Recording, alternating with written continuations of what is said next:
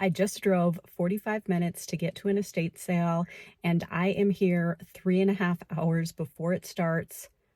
I'm third in line still. That just goes to show how competitive it can be in my area to, get in early in these sales. I will get some footage when I'm in there, but I am going to grab as much as I can first because there's a few pieces that I really want to try and get. But I will put in some pictures from the estate sale company that showed kind of what the sale looked like, so that you can hopefully get an idea of why I wanted to get here so early. So wish me luck.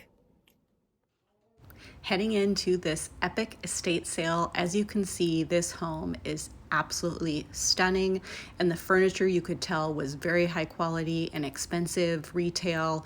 Unfortunately, I just did not have space to take any of it home, but I really wish I would have because there were some great deals. They did have some gorgeous crystal pieces. Here is a look at the dining table, which was full of silver. That was one of the main reasons I wanted to go. This cool old stove, more beautiful, high quality items. I really wish I could have bought it all. The home was also set on, I think they said 100 acres, and it had beautiful views, just a really serene location. I had already gone through and bought a lot at this point, but I was going through to give it another go round to see if I could find anything else.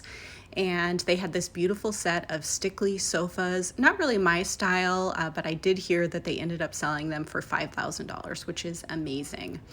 Now let's head upstairs. There are a couple of key pieces, or actually one key piece that I want to show you up here, which I didn't end up buying, and I am really kicking myself. It is this zebra hide ottoman, and the only reason that I did not pick it up was because I was afraid it would be kind of a hard sell. There was also this cool coffee table with little stools covered in cowhide, some more beautiful serving pieces. Here's another look at that zebra ottoman. Dang it, I wish I would have got that.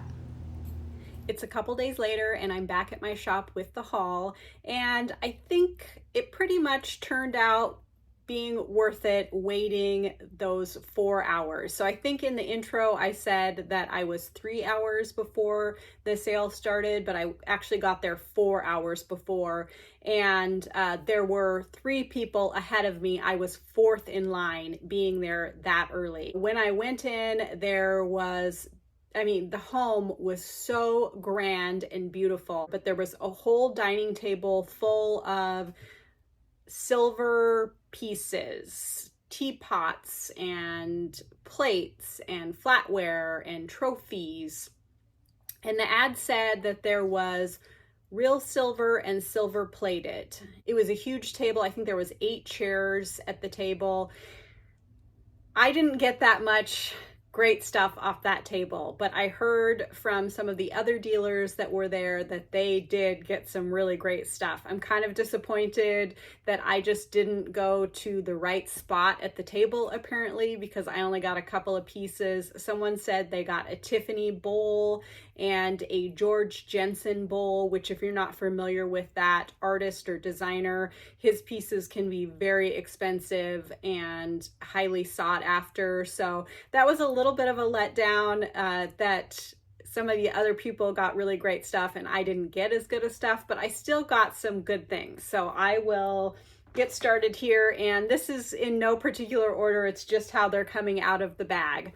So the first item is this vintage leather covered box. I believe it was originally a jewelry box. Sometimes these really old pieces from the 30s and 40s can have decent value. As you see, this does have some little scuffs and whatnot, but I still think that I should be able to get a decent amount for this. I have not looked up comps for any of this. I'm really sorry. So some of these will just be kind of guesses, but I would hope that I'll get in the $40 to $60 range for this. This was not marked, but they charged me about $2 for it. So that should be a really great sale. The next item is this Pendleton whiskey belt buckle. And this is by Montana Silversmiths. This isn't actually silver, it's just silver colored, but this brand has a decent retail. So I would guess I'll get in the $30 range for this, and I paid $5 for it. There were not very many clothes. There was only one closet with clothes, and then they had a couple other specially priced pieces of clothing, and they were really expensive, like $60, $70. But the one closet, all of the clothes in there were only $1. So I did get a couple of pieces out of there. So this is a vintage LL Bean kind of Fair Isle winter sweater. It's 100% wool. I'm not sure exactly how vintage it is. It's a women's size large, but I would guess, you know, maybe from the 90s. Has some kind of nice buttons, and I'll hope to get in the $40 to $50 range for that. I picked up some kind of random things, but the owners, it looked like one of them was a competitive horse rider or shower. I'm not really sure exactly what it was, but there were some different trophies and things, lots of horse themed items. And so I just picked this up for a friend, but I thought it was really cool, nice picture frame. And I think they only charged me about $1 or $2 for that. Oh, this is a really beautiful set that I got. And it is, what did they call this? A dessert set, I think. And it has forks and knives, and it is mother of pearl. And then it has this really pretty detail on the knives and the forks. I looked this up, and I can't remember if this was silver plated or sterling silver. I did pay up for this. I paid $40 for it. I must have already taken the tag off of it. But I do think that I should be able to get over $150 for this on Chairish. It is just really ornate and beautiful, and it comes in this beautiful presentation box. So I was really excited to get that. Oh, this was a really exciting piece, and it was in the $1, let's see, is something attached here? It was in the $1 closet. It is this chunky knit Cowichan, is that how you pronounce it? Wool sweater, and it has these birds, thunderbirds or eagles. Really super cool piece, and kind of like a Mexican Aztec print here on the back. I'll go ahead and show you the brand here. I was so excited to get this for $1, and the comps were kind of varied on this. I hope to get over $100 for it, but I did see some comps up to $180. I did look this up because I was really excited about it. So we'll see. I'm going to do some more research on this specific brand and see if that makes any difference. I was really tempted to keep this, but it's just a little too oversized for my style. Oh, I did also, one thing that I think made it all worth it, and I feel bad even mentioning it because I don't have it here, but it was a pair of real gold earrings, and I already sold those. And what I sold those for, I think it pays for my time. So all in all, it was worth it. I just was disappointed that I didn't get as much good silver stuff as I had hoped to. So here's another one of the horse themed pieces, and this looks like it was some sort of trophy or award, and it's just a box. But I thought that was really cool, and I thought it had a nice decorative value, so I picked that up. I think they only charged me a couple dollars for this as well, and I don't know what to expect from this, but it's from 1942. It is personalized. But, you know, if I could get $50 for it or more, that would be really great. And if I can't, I might just give that to my friend who likes horse stuff. Another horse theme piece. It's just this brass horse head hook. I thought that was cool. I just sold a horse head door knocker for about $60. So if I could get $40 for this, and I think they only charged me $1 or $2 for that. Here are a couple of pieces of sterling silver that I got. They're little toothpick holders. They were $2 each. Just cute little things. And you know, I don't know, $50 or $60 a piece for these. I'm not certain on that. I got a couple of, so I went and just started grabbing stuff because there was, I don't know, 5 or 6 other people at the table. Some of the stuff I got was silver plated and some of it was sterling silver. But I thought these were really pretty, creamer and sugar. These are silver plate, but I really liked the design. I don't pick up very many creamer and sugars unless I am really fond of the design. And this one came with a little serving spoon.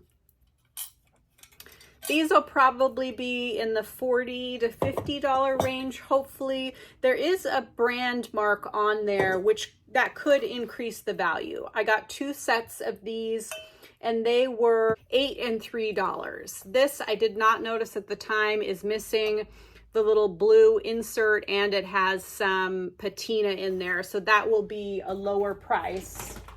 There was also a matching pair of salt and pepper shakers, but I just thought these were really unusual, and that's why I picked them up. Very regal looking.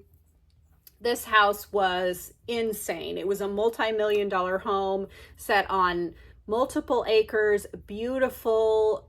The grounds were so beautiful, and I've never really wanted to live like outside of town really, but going to this location, I just felt at ease and calm, and I would really love to live there. I'm sure a lot of people would. The home was just beautiful.